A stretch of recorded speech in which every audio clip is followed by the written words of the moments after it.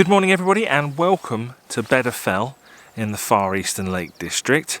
It's about 4:30 in the morning and the sun should be rising around about here somewhere. But as you can see, it's very cloudy this morning, so I think we've got zero chance of a sunrise.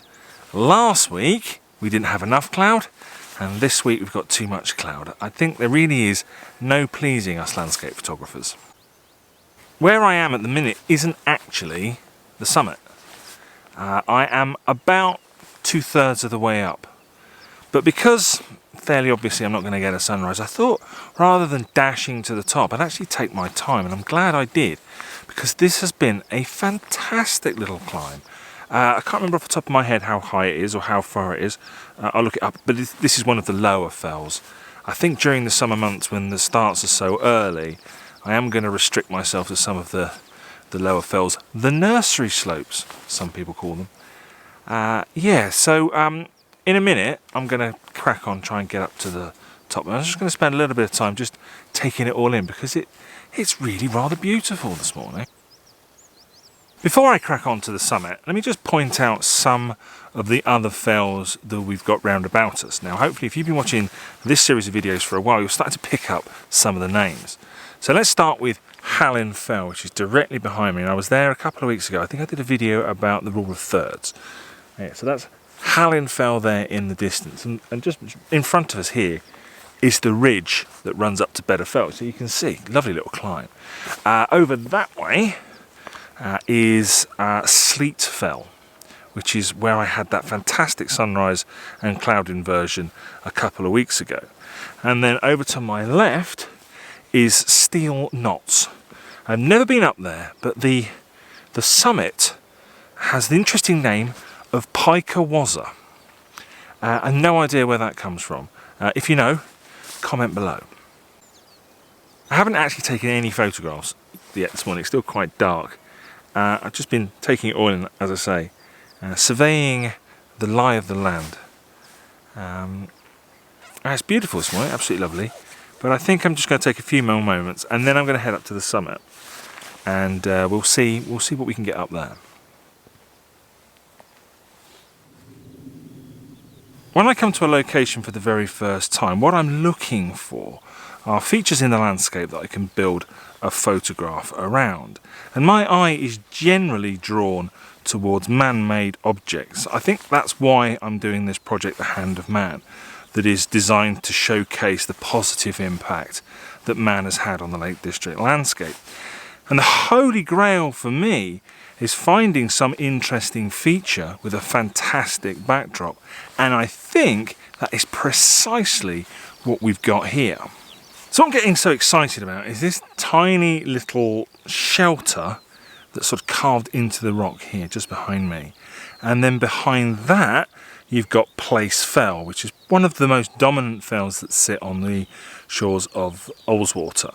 And then off to my right, kind of, you've got Bordale Hawes, which is a major intersection for those people that are climbing up onto Place Fell. And then behind that, you've got Birkhouse Moor, and we're getting onto the Helvellyn range. So this is actually a fantastic little spot to see some of the predominant peaks within the eastern and the far eastern fells.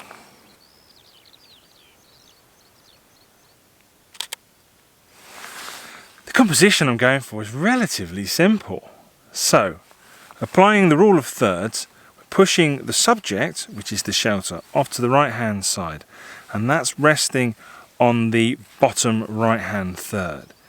And then we have the skyline, or the top of the mountains, running along the upper third, and that leaves the space in the bottom left hand side that allows the eye to then lead into the distance, and so you can then move the eye from the shelter off into the distance towards the mountains.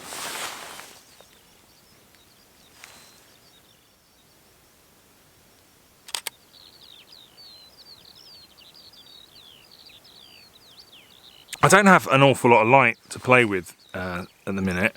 I actually got the sun now just peeking out directly behind me, which is in exactly the wrong position, because what happens is you get light directly from behind you, and that creates very, very flat lighting on your subject, and so you lose a lot of the texture and you lose a lot of the detail. Don't want that at all. But the thing is, this has been such a nice climb and such a nice place to get to, such a relatively easy climb, that this is definitely a location that I will return to. And we're pretty much, I think, looking due west here. So this could be quite a good sunset location. The big concern is then if you have the light directly behind the subject, what happens is you lose a lot of the detail in the shadow. What we really want is the light off to one side. Now, as the year progresses, the sun is going to start rising further and further to the south, becoming round and round and round. And so when I return here, the timing is going to be critical. What I want is that light, I think, to be coming in from the left-hand side and lighting up the foreground and the shelter. So that's what I'm thinking. But yeah, not too worried about the light today, because this is definitely a location I'm going to want to return to. Well, I think that's me off to a pretty good start this morning. I feel quite excited about that composition. That's definitely something there that I can work with and something that I can come back to. But anyway, for now, I'm going to crack on and just get up to the top and see what I can find up there.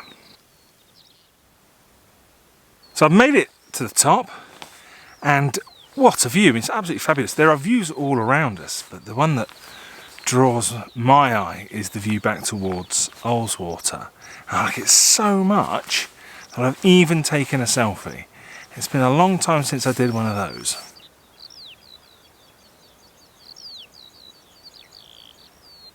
So with all that messing about down by that little shelter, it is already 6 o'clock, so the sun has already been up for an hour and a half. But because it's cloudy, I think that means that we can shoot a little bit later into the day. So I'm going to spend a little bit of the time exploring the different compositions that are up here and see if we can't get a few different shots.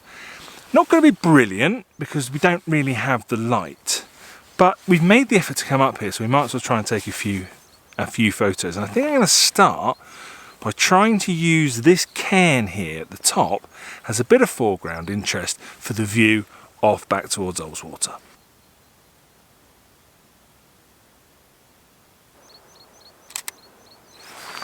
I'm quite liking this composition.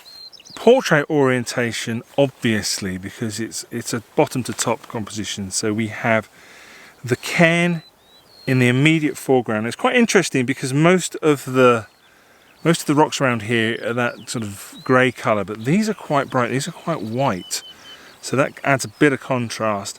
I've then got this ridge that runs off into the distance, and that's kind of my midground. And then in the background we've got the hills of Pike-a-Wazza, and I think we're looking towards Bonscale Pike sort of way. I'm not quite sure that's Bonscale Pike itself. And then of course Ullswater and the view towards Penrith in the background. So I think this is quite a nice shot, lots of depth to it, you know?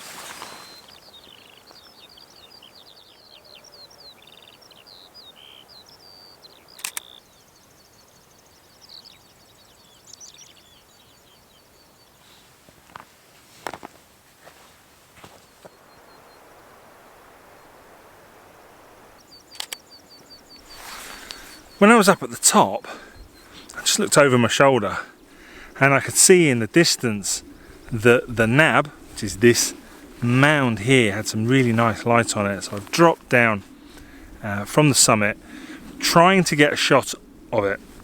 By coming down, what I'm hoping to do is get rid of some of this foreground here. So if I frame up the shot, I've got some of the foreground in the bottom right hand corner, and it has a kind of diagonal line cutting across the frame, which I don't really like, if I'm honest. So I've tried to minimize that as much as I possibly can. And the trick with this composition is trying to fit the nab and the ridge that runs behind it into the frame in a nice way. You want to leave some space on the left hand side to lead up to the nab, but you also then need to try and keep the ridge in the frame as well. And the problem is, if you do that, what happens is the nab becomes too central. It's just a little too central in the frame. You're trying to push it off over to the right hand side as much as you can. So yeah, it's not an easy shot. It's tricky one, this one. I'm just gonna wait for a few minutes and see if the light comes back, because we've got no light on it now. But yeah, this looks absolutely gorgeous, doesn't it?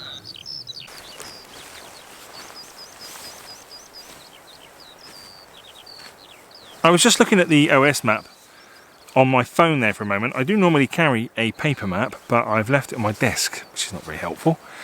Don't just use your phone. Do bring a paper map with you. Phone's batteries can die and then you're stuffed. So anyway, if I follow the ridge a bit further on, there's a path that I can get that drops down into the valley, and then I can get back to the car where I parked at the church in Martindale, not the main one. There's a smaller one.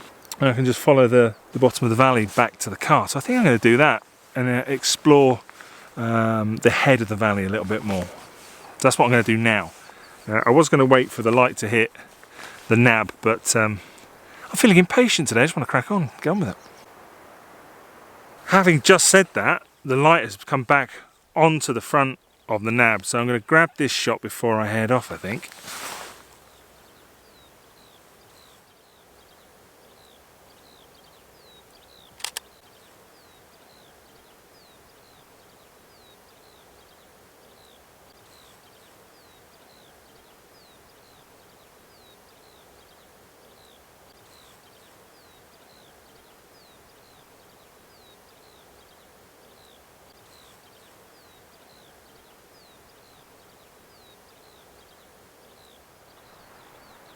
Right, I have made it to the head of the valley and joined up with the path that's going to take me back to the car.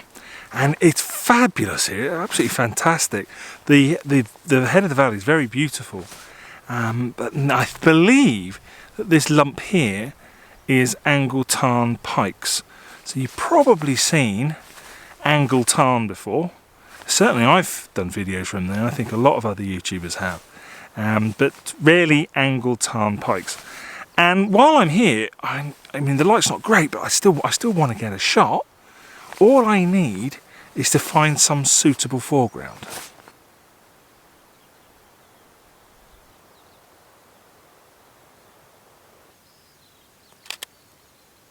So we started with a man-made object and we're going to finish with one by pure chance, and just off the path that's going to take me back to the car.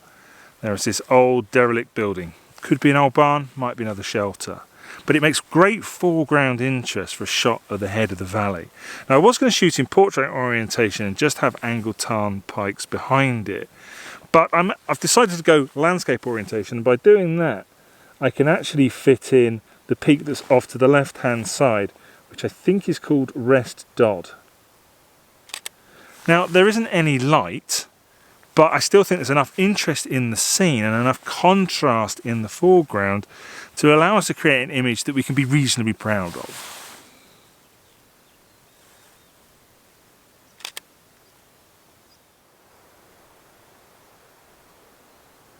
So that's pretty much it for me for today. I have had an absolutely fantastic morning. I've loved every minute of it. I'm so glad I came out because I very nearly didn't. It's very difficult to get up for sunrise at the moment.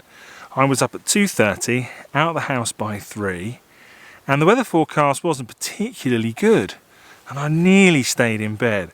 But I didn't. I made the effort to come out, and I think I've been rewarded because I've had a fabulous time. And I think this is definitely somewhere that I will return to, and probably very soon.